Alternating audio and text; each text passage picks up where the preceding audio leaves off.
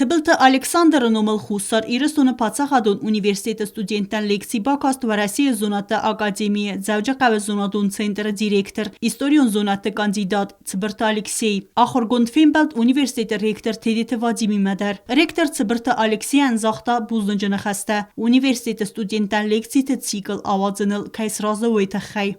Взаимоотношения, которые сложились между Владикавказским научным центром и Юго-Российским государственным университетом, можно охарактеризовать одним словом – максимально эффективные. И мы и дальше будем делать все возможное, чтобы приумножать наши возможности, чтобы двигать науку вперед, как в Северной Осетии, так и в южной ее части.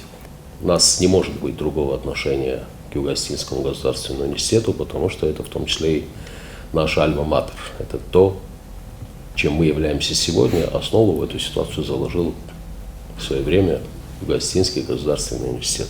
Лекции радианы Цыбырты Алексей равдыста журнал Нарта Монгайрадун номер. Кацей дзерцаве зынга ахургунд гаглойты юрий зонадун архайдл. Амая балаваркутта университетен. Вейфаста эрмберд вавчтан бакаст лекций ахамти мейл. Дзамбулат занти история Осетии глазами иммигранта. Лекции фалгатта ахургунд разырта ахам адамета хай. Кацета истории навахтуй казнек бинта. Фаланих санады варах зынгунд нисты. Есть два человека, очень интересных человека. Их зовут Дзамбулат Занти и Дзека Зураев. Сегодня я вам расскажу о Дзамбулате Дзанти. Он был капитаном, поэтом, историком, членом Народной партии горцев Кавказа.